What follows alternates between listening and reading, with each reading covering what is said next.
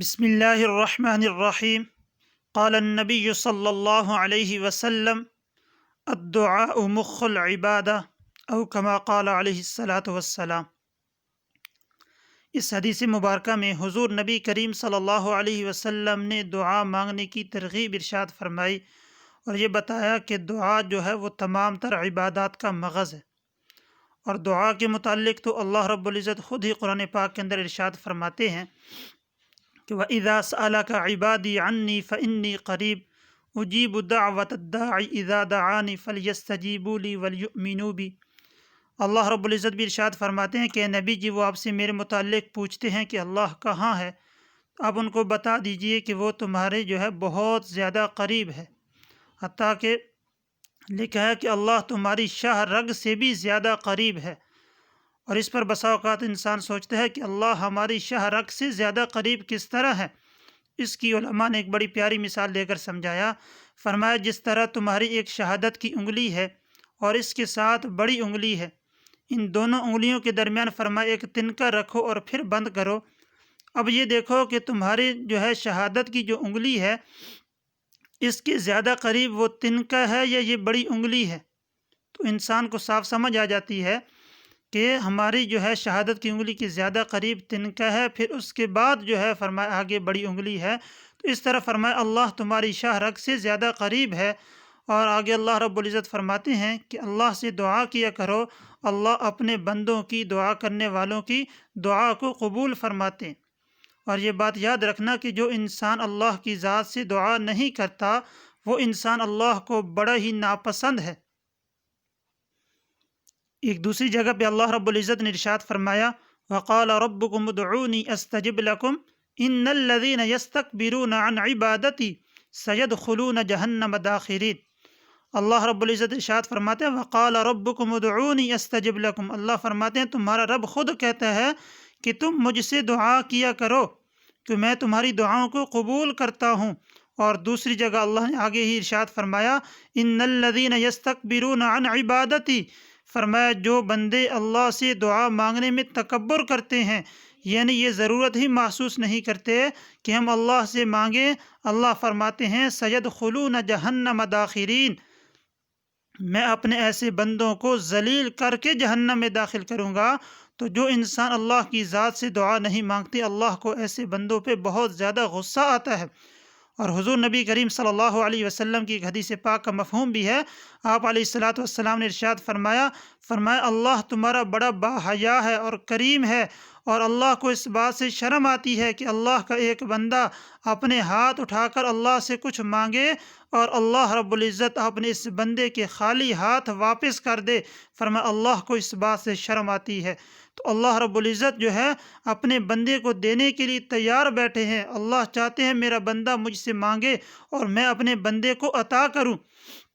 لیکن فرمایا جو انسان اللہ کی ذات سے مانگتا نہیں ہے اس پر اللہ خود کتنی سخت وعید ارشاد فرما رہے ہیں کہ ایسے بندے کو میں ذلیل خوار کر کے جہنم میں داخل کروں گا۔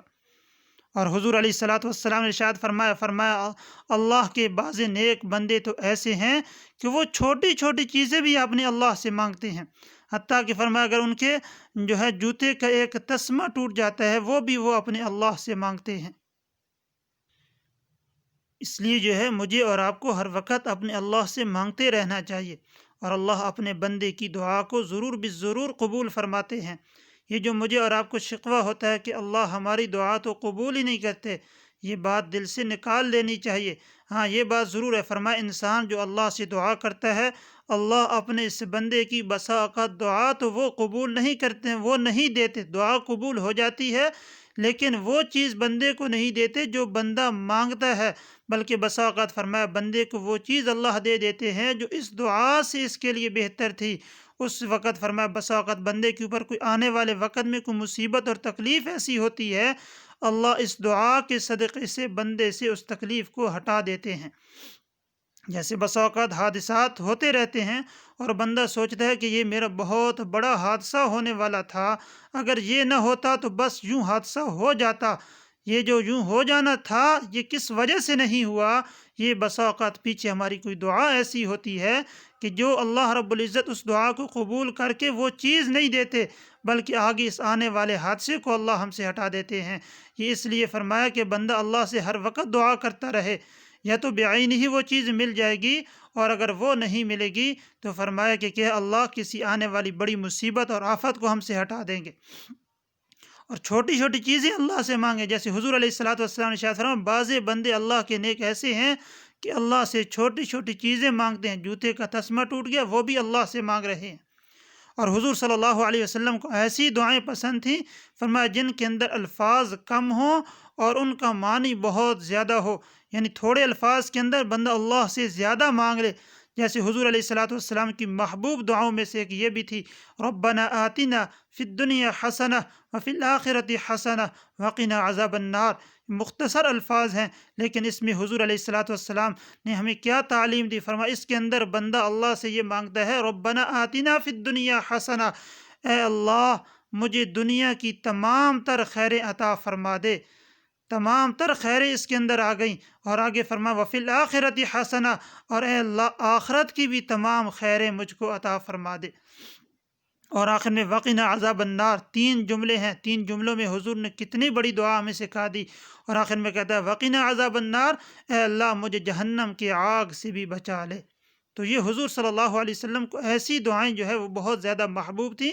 کہ جن کے اندر جو ہے الفاظ کم ہوں اور ان کا معنی بہت زیادہ ہو۔ اور حضور صلی اللہ علیہ وسلم کی ذخیرہ احادیث کے اندر جو دعائیں وارد ہوئی ہیں، اسی طرح کی دعائیں وارد ہوئی ہیں کہ جن کے اندر الفاظ بہت کم ہیں لیکن ان کے معنی بہت زیادہ ہیں۔ اس لیے فرمایا کہ بندہ جو ہے ہر وقت اپنے اللہ سے دعا کرتا رہے اور ایسی دعائیں مانگے جو حضور صلی اللہ علیہ وسلم نے مانگی ہیں۔ اگر وہی دعائیں یاد ہو جائیں تو بہت اچھی بات ہے، لیکن اگر وہ دعائیں یاد نہ ہوں تو اپنی الفاظ کے اندر اپنی زبان کے اعتبار سے ہر انسان کو جس طریقے سے اللہ سے مانگنا چاہتا ہے اللہ سے مانگے، اللہ اپنے بندے کو ضرور عطا فرماتے ہیں۔ ہاں یہ بات ضرور ہے، فرمایا بسا اوقات جو بندوں کی دعائیں قبول نہیں ہوتی اس کی مین وجہ کیا ہوتی ہے؟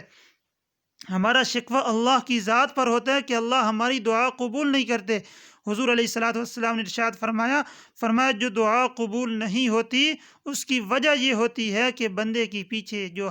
کمائی ہے، فرمایا وہ حرام کی آ رہی ہوتی ہے۔ حرام کمائی کی وجہ سے، حرام کھانے کی وجہ سے اللہ اپنے بندے کی دعا کو قبول نہیں فرماتے۔ جس طرح حضور علیہ الصلوۃ والسلام کی حدیث پاک کا مفہوم ہے، فرمایا ایک مسافر ہے، پراگندہ حال ہے، پریشان حال ہے، جو ہے فرمایا اللہ سے دعا کرتا ہے لیکن اس کا کھانا پینا، اس کا لباس فرمایا سارا کا سارا حرام کا ہوتا ہے، تو ایسے بندے کی دعا کیسے قبول ہو سکتی ہے؟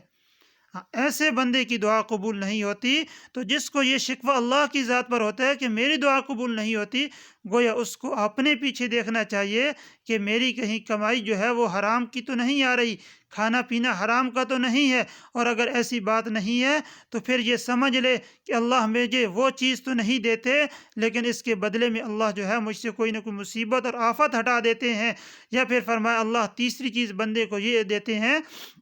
کہ اللہ اس بندے کی دعا کو اپنے پاس محفوظ فرما لیتے ہیں، اور کل قیامت والے دن جب یہ بندہ اللہ کی حضور میں پیش ہوگا اس وقت فرمایا اللہ اس بندے کی وہ دعاؤں کا صلہ اور اجر جب اس کو دیں گے، اس وقت بندہ یہ حسرت کرے گا کہ ہائے دنیا کے اندر تو میری جو ہے کوئی دعا بھی پوری نہ ہوئی ہوتی اور اس کا سارا صلہ اور اجر آج مجھے اللہ دے دیتے۔ اس طرح اللہ اس کو کل قیامت کے دن جو ہے اس کی دعا پر نوازیں گے۔ اس لیے ہر وقت اللہ کی ذات سے مانگے، چھوٹی چھوٹی چیزیں اللہ سے مانگے۔ یہ بندہ اللہ کو بڑا محبوب ہے، اور مانگنے سے فرمایا انسان کے دل کے اندر سے ایک تکبر کی بیماری بھی ختم ہوتی ہے، اور عاجز انسان اللہ کو بڑا محبوب ہے، متکبر انسان اللہ کو ناپسند ہے۔ تو جتنا اللہ سے مانگیں گے اتنی دل کے اندر عاجزی پیدا ہوگی، اور اللہ کے ساتھ جو ہے مانگیں گے تو اللہ کی ذات کے ساتھ تعلق پیدا ہوگا۔ اس لیے اللہ کی ذات سے مانگیں۔ اللہ رب العزت کی ذات سے دعا ہے کہ اللہ رب العزت مجھے اور آپ کو